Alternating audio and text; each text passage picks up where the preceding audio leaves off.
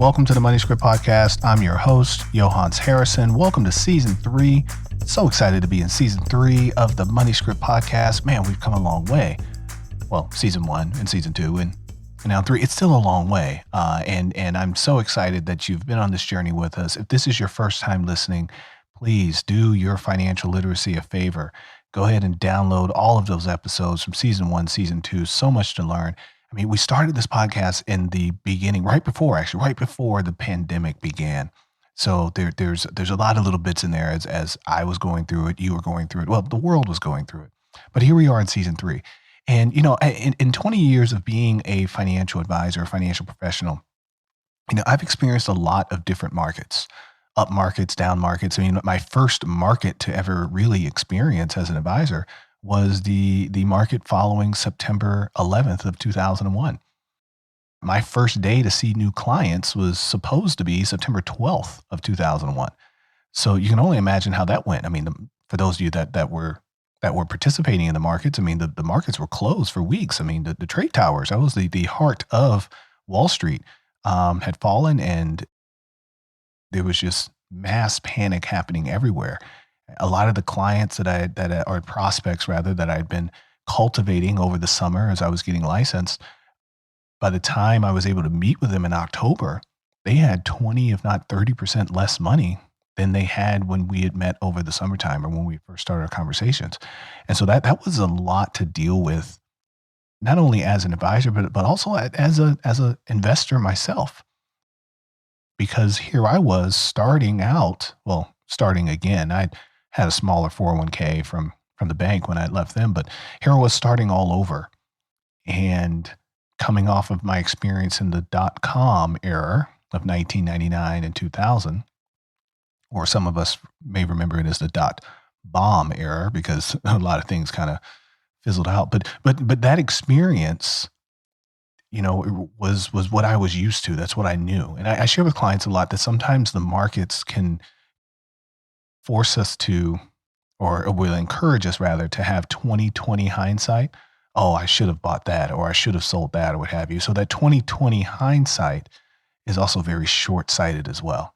So we tend to get attached a little bit to what most recently happened and can lose sight of the long game. And that's what being an investor is all about. Is understanding the long game. And actually, the guest that I have today, we have Wise Intelligent. For my hip hop heads out there, you probably recognize the name of Wise Intelligent. He is the co-founder of Rap Snacks and also the founder of Stock Boss Up app, which is an app whose intention is to help people understand more about investing. And of course, he chose a great time to do it in the heat of the pandemic here, when there's a lot of people that I know as well, and even some clients, yes, I'm talking to you, you know who you are, that have only experienced the up market because their first introduction to investing was after March of 2020. And since then, they've probably just seen things just keep going up. And here we are in the fall of 2021, and some of you haven't experienced even a 10% pullback yet. And those things happen.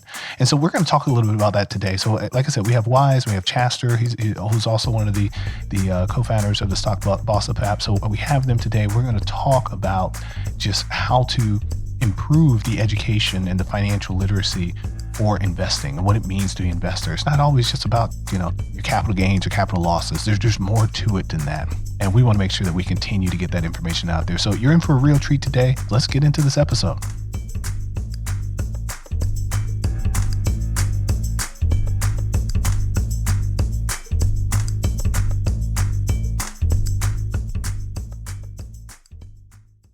So welcome, Chaster. Welcome, Wise, to the Money Script Podcast. How are the two of you doing today? Great. How are you? Man, I'm doing good. Like I said, it's fall finally. I live in Texas. It's been 100 degrees almost every day. So I'm happy to at least have a little bit of a pause in that. It still will be 90 degrees today, but I woke up to 50. So, you know, we got that swing where, you know, you got to take a jacket everywhere you go because it start off cool. What part of Texas? I'm in Dallas, Texas, right outside of Dallas, Texas. Yeah. Okay. Yeah. So where are the two of you? Right. I'm sure you could be anywhere in the world. Where are you today? I'm in Indianapolis. Okay. So fall there as well. I'm in Miami. Miami. Oh man, never mind. You got nice weather all the time. You good. You're good. All the time. All the time. All the time. Well, I want to get started with just learning more about your two platforms. So we have the Stock Boss Up app, which I've recently joined and set up my profile. I added my photo today, my biography. I have my article finished as well, so I look forward to posting that and engaging. So if you're in Texas, I'm in the Texas group. There's about I think 700 of us or something. So you guys get at me. I need some friends on this app. I'm new to it. But why don't we start there? Let's talk a little bit about the Stock Boss Up app and where did that come from? Why are you doing it? And who should be learning about it? Give you the floor, Chaster. Oh, thanks, man. So the Stock Boss Up app is a social media platform for investors. We really want to help people that are new to investing get into learning about stocks and do it in a healthy way. So people are talking on the app. They're having some fun. They're discussing different investment ideas. But one little thing that we're doing differently from other social media platforms is we're gathering all this data on our users. And instead of just selling them stuff like other social media platforms are doing, we're a financial company. So we want to use that data for the good of the people on the app. So if you're on the app, you've been following some people, you've been having some discussions, we start to take your financial network and say, okay, your financial network is this good. And we can show you because this is how good the investment suggestions have been towards you.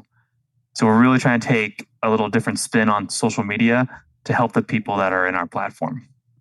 Got it. So you're not a custodial platform. You're more of meaning you don't actually buy stocks on your platform. It's more of a information gathering. It's sharing of information to then go take action on a different platform. Am I right? We're working towards that. The first step, though, is getting people to actually invest well. If people just go based on their own devices right now, we can look at the data and see that they've performed pretty poorly this year, even though this has been a great stock market run so far. But just by doing basic analysis of the data, we can give them ideas from their own community. You can get ideas from the Texas community, for example, and we can figure out, okay, which person from all these other people is the right person to take ideas from. It's something that you really want to make sure that's right before you start having people make real investments with that. Indeed. And absolutely. Go ahead, Wise. Absolutely. You get to test the water before you jump all the way in. You get to put your toe in the water, test the temperature before you jump all the way in. You're getting $1 million worth of stimulated money to invest or learn to invest in the stock market. So, the value of that is unprecedented because you can build a mock portfolio that tracks the stock market and follows the stock market in real time. So you can see the gains and losses, see what you need to adjust. You can make those adjustments and then go live. Indeed. So this is probably a great application for beginners, a great application for students. I mean, I could see a place for this. I know I do a lot of education in high schools and colleges with teaching financial literacy. And sometimes they ask, hey, where can I go and build a mock portfolio to kind of try out some of my ideas? So what you're saying is Stock Boss Up, it provides that. That is the answer to what. Absolutely. That's actually one of the aims and part of our mission statement, to reach high school students and college students as well. We work with HBCUs, around the country. We're working with some city administrations in terms of reaching public school students, high school students in the platform. The beauty of it is, a school can set up a group inside of the app and monitor their own students' private group and monitor the students as they go. They can host competitions inside the app with just their group, so on. I think that the value of the app is it's an unprecedented thing because it's a non-subscription based free app. You're not being charged to set up a platform, set up a group inside of it, or to test your way at the stock market. Now, Wise, I have to ask, how did you get from hip hop to chips or snacks to a stock investing app? I mean, those are some interesting turns. It's all relative, it's all relative. It's all connected, so my rap career is, where I met James Lindsay, the founder of Rap Snacks. I've been rocking with Rap Snacks since '96. So Rap Snacks is 25 years old. Wow. Congratulations. Yeah, listen up, folks. Most businesses don't make it past the first 3 years. They're at year 25. So shout out to that. Right. And exactly. And when you look at that, it has a lot to do with hip hop. Rap Snacks grew with hip hop. It's a consumer product that's intrinsically connected to hip hop culture. It's intimately connected to hip hop culture as well. So as hip hop grows, it grows. So the success of Rap Snacks has been exponential, just like hip hop. And Rap Snacks was there when hip hop was on its incline to becoming the dominant music genre in the world, the most streamed and the most profitable at the moment. So the transition was kind of simple. It is what it is. It's like Rap Snacks is an extension of hip hop. So as it is now. So then how did that then mature into financial literacy? I mean, because I admit I spent my time in the hip hop community as well. I did a short stint with Def Jam Music in marketing, and I witnessed firsthand how a lot of artists were just horrible with money.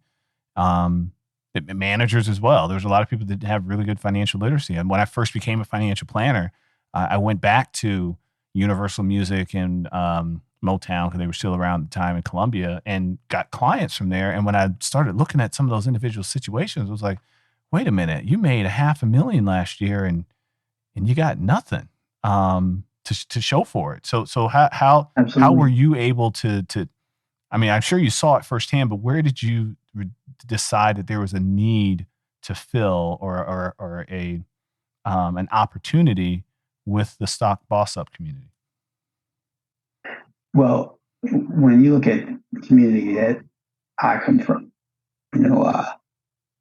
we functioned in a below the poverty line paradigm, so a low to no credit score community, 500 credit score community primarily. So, finances was something that was lacking, financial knowledge and know-how, something that was lacking, and when you look at, even with rap artists, when we signed deals, it was really about the art for us. It was more about art, and we didn't understand the business of it. So we would come in, we would sign deals, get checks, not understanding that the record companies were banks. They were basically giving us loans, and we had to pay those loans back, with interest that required you to pay back everything, including your firstborn child, or worse, they have you pay off the loans with new loans and just keep extending it out. So, yeah. So, I mean, there was always a need, to understand finances, throughout the community. We engaged the stock market at less than 2% as a community.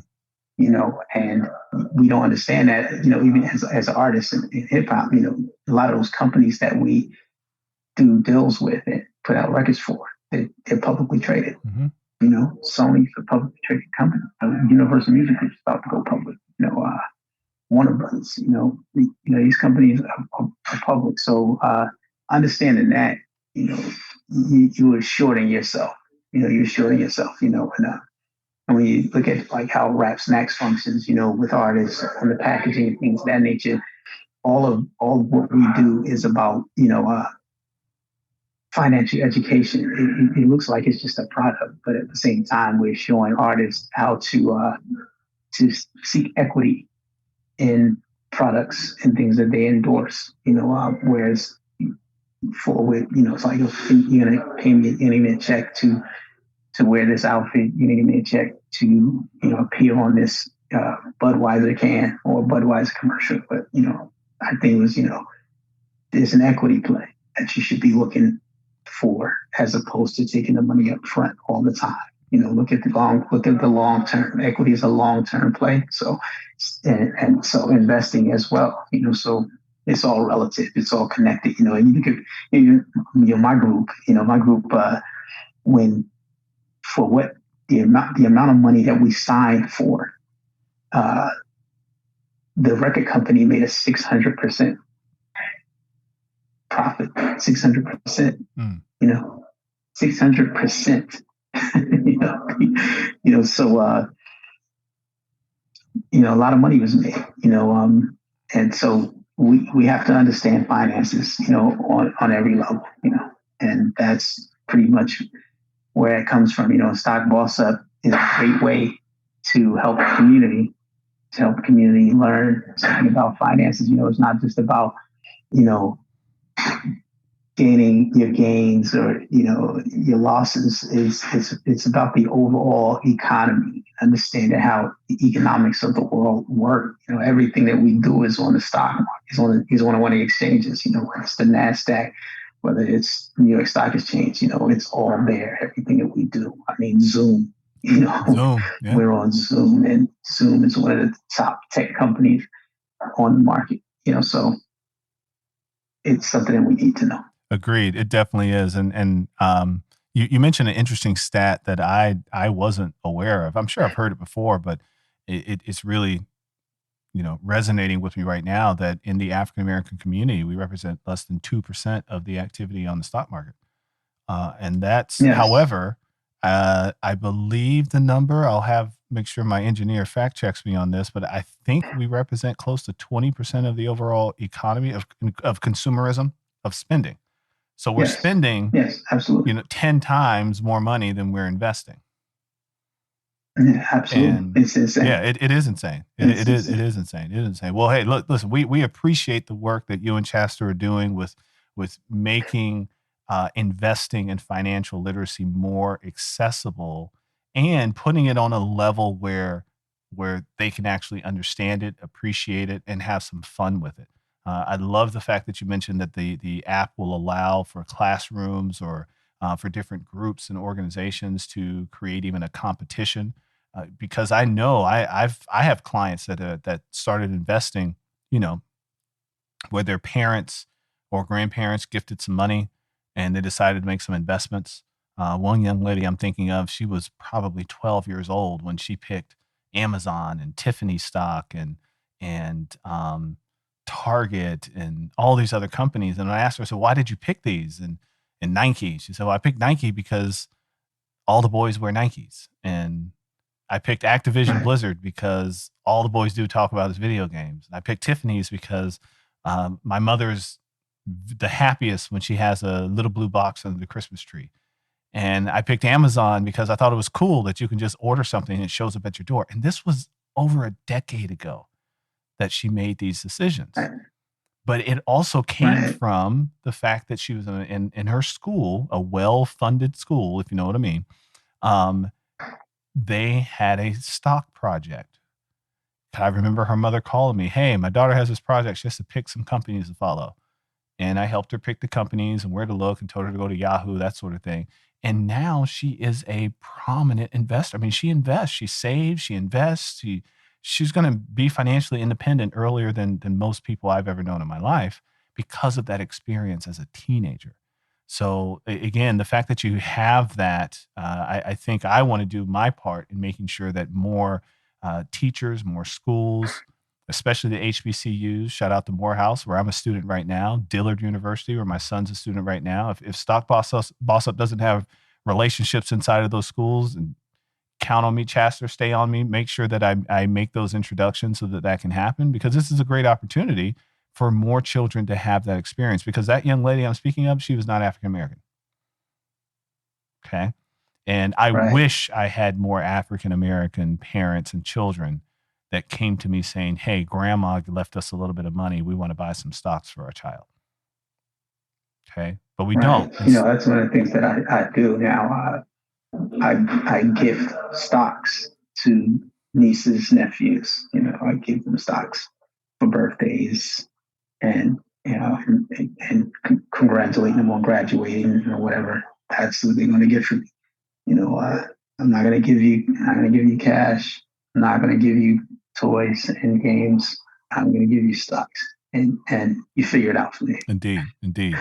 And Chaster, I want to bring you back into this a little bit. You've just been watching us go back and forth here. So it's been a great conversation. It is, man. I'm loving it. Wise, I certainly appreciate you. I already can tell this. You guys are kicking off season 3 for me, and I just see that right now season 3 is going to be phenomenal because now everybody has to top this. But Chaster, I want to start with come back to you, and I want to ask you about your first memory of money. That's something we do on every show with all of our guests. We want to know from them what their first memory of money is, because we believe that contributes to the money script that you have today. And your money script is, again, your money. That's a medium of exchange for goods or services.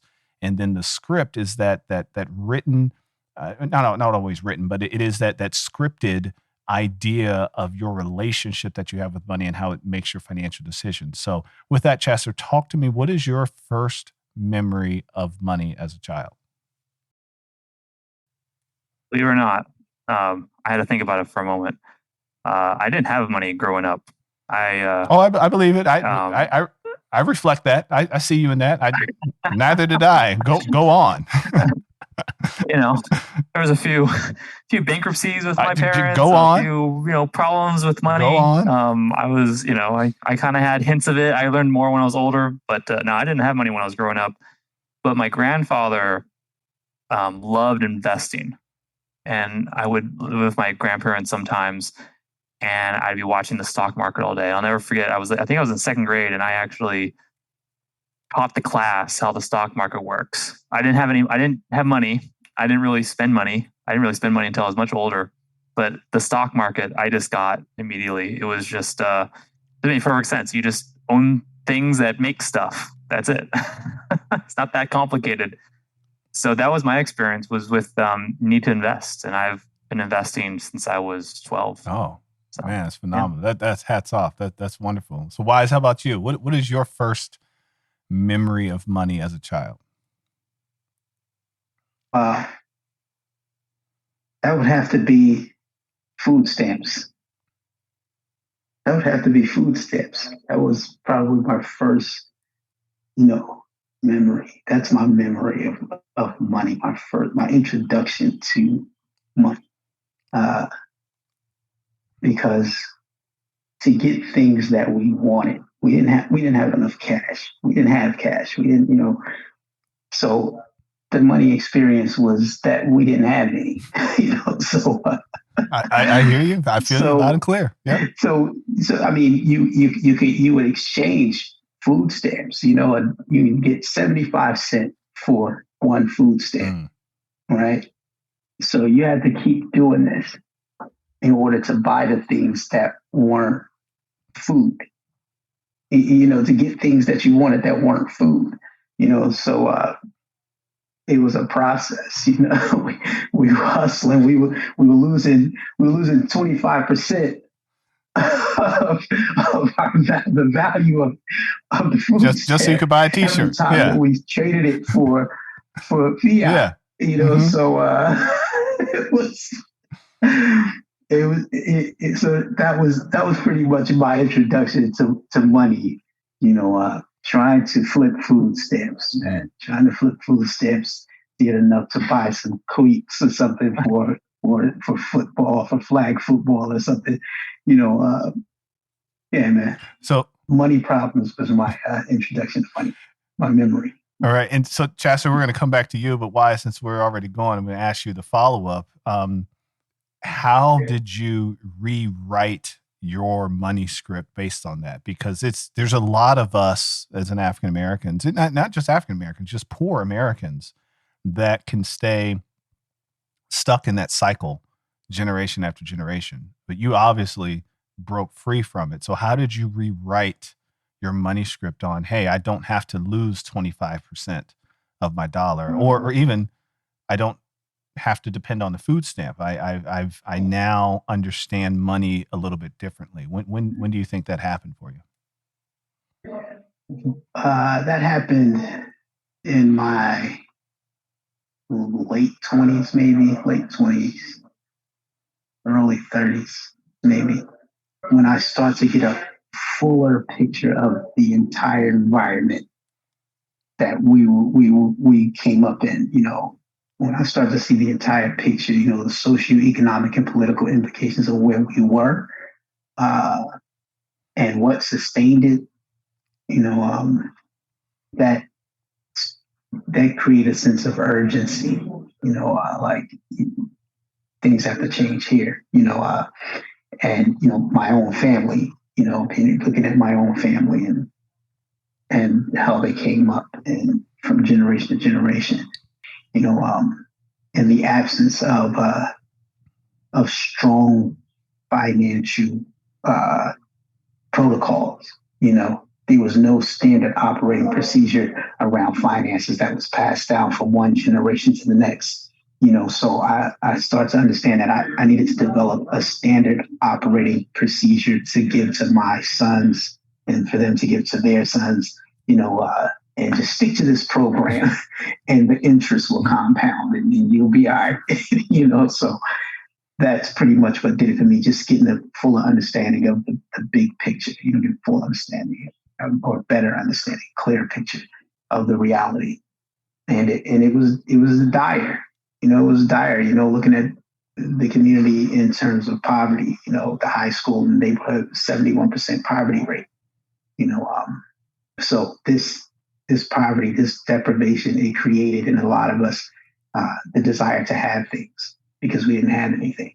So when we got money, we wanted to experience something fanciful, something nice, something, something enriching, so these material things became the accoutrements that we would fill this void with, so we started filling that emptiness from not having nothing with these material things. So it destroyed all concepts of delay and gratification and long term, so everything was instant, so we started wanting to wear, the money. We wanted to wear the money. We wanted to wear diamonds. We wanted to wear chains. We wanted to wear what we thought represented wealth, so we wanted to experience that. And that's a condition I think was created out of poverty. Agreed. So learning the difference, seeing a guy, the richest man in the world, getting a rocket ship and go out of space and come back with a pair of Crocs jeans and a McDonald's looking polo on. It's like, wait a minute, we got something twisted.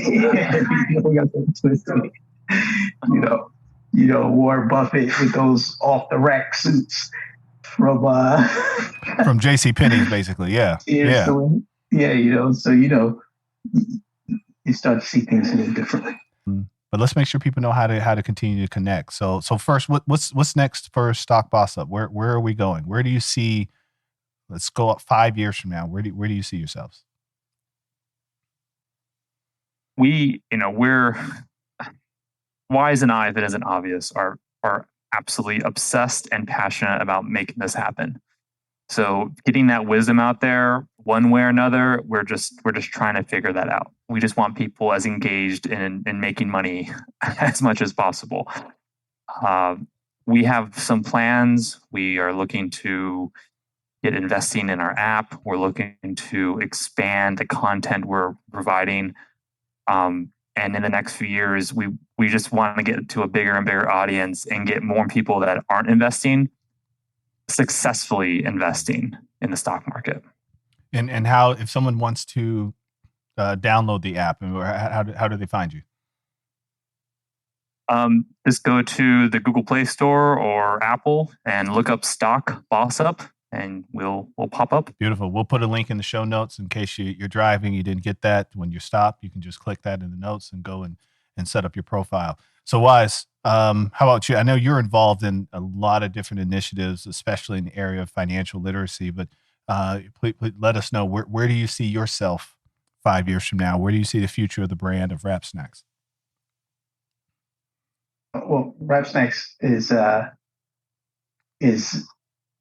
morphed into more of a branding company, so I see Rap Snacks in the next 5 years owning more real estate in the retail stores. Owning a lot more of the real estate there. It's growing exponentially. I mean, in some marketplaces, we're outperforming Frito-Lay 12-4. Wow. So it's doing very well in that regard. We're distributing new products now. We just released the Rick Ross snacks. So, and we have little baby lemonades this week, which go out this week. So bottled beverages. Okay. We have like 4 or 5 different flavors lemonades. So life. Can I pause you? I need to ask a question. Do the artists get a percentage of the revenue? Are the artists? I'm sure the artists are getting something for their likeness. Yes. We do deals with the artists. Wow. They definitely get paid. We're not functioning like record labels. I mean, I was just asking. I mean, I'm just curious. But yes. So Rap Snacks, the Rap Snacks Foundation, developing entrepreneurship, financial empowerment programs, things of that nature. So the aim is to create an ecosystem, that houses everything within that ecosystem. So one of the things that we've developed is a platform called Rap Snacks Digital Dope. Right. So Rap Snacks Digital Dope is it's an app that allows you to scan our bags. So you can scan the front of our bags, no QR code. Just scan the image on the bag, and all of the artists' social media platforms pop up, as well as a video box playing his latest music. Wow. So the latest music is playing right there live. You just hold it up and it's floating like in your phone. So you can see it and you can push it on Spotify. You click Spotify. You can go download that song. You can go to his YouTube, his Instagram, Twitter, wherever, and now we're creating NFTs around the bags. So you can download the NFT, you can get that NFT, drop into a wallet for that particular artist in that bag. So this ecosystem is going to be more like not a record label, but a music enabler that enables artists to mint their music as NFTs. So you'll be able to grab that artist's music as an NFT through Digital Dope, through the Digital Dope platform, which will be built out on a blockchain. So the app's available now, and you can scan certain Rap Snacks products and get the information. We're just not promoting it yet because we're still in beta, sort of. It's promoted now on the Money Script podcast. Yeah, So, but it does everything. You can scan the merchandise, the t-shirts. T-shirts. You can scan the shirts. You can scan whatever that we put out. You'll be able to scan it and collect digital assets. So that's one thing that Rap Snacks is doing. Outside of selling snacks in stores. So the whole Digital Dope concept came about as trading cards.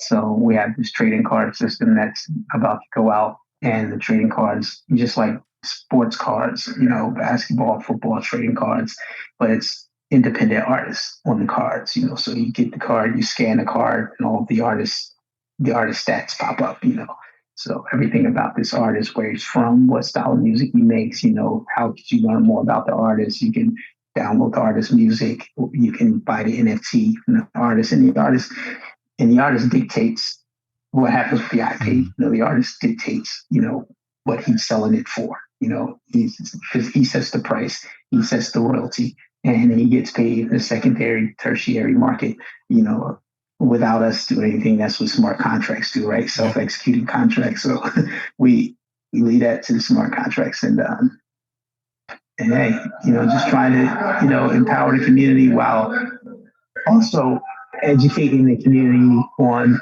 the latest technologies and tools that are available to gain more sovereignty around yourself, your identity, your intellectual property, your music, your visual art, whatever it is. So that's where we're going with that, man. So yeah. And as far as programming, we're doing a bunch of stuff with the youth right now. We have a platform called BitBank that we coupled with Stock Boss Up in a program paradigm. We're right now in talks with the city of Miami to roll it out in January. So BitBank is a platform that introduces young people to blockchain technology through art, through visual art, music, and culture. So basically through hip hop. So we're using the visual artists, we're getting the visual artists, showing the youth how to create art, but then we're minting that art. We're minting that art and coupling those visual artists with music artists to do the album covers or whatever. And then we have a product. And then we take that product, we mint the entire thing and teach the youth that way. And then they can collect the assets that they produce within the ecosystem, or they can sell it outside the ecosystem. So that's going to be fun. Yeah, I can't wait. I can't wait. Well, look, Chaster Wise, thank you both for spending some time with the Money Script podcast. Again, Stock Boss Up app, wherever you get your apps, go pick that up. Create a profile for yourself, start sharing or experimenting a little bit, especially for those of you that maybe you already have a 401k, maybe you've already got an IRA or an investment account, and you want to explore what would it be like if you actually acted on some of those crazy ideas you have, that one day you were thinking, ooh, what if I bought some Ford stock or whatever it may be. That gives you an environment that you can play with that. For my educators out there, as I've said to you before, financial literacy, geometry's cool, calculus is all right, trigonometry, whatever. Everybody's got to know how to balance their checkbook. Everyone's got to know if they're a 1099 employee or a W-4 employee, how to fill that out. And we all are going to have to know how to save for this ultimate financial independence of retirement that we all want at some point in time. None of us want to just work forever. We want to build enough capital, enough resources, streams of income so that work becomes optional.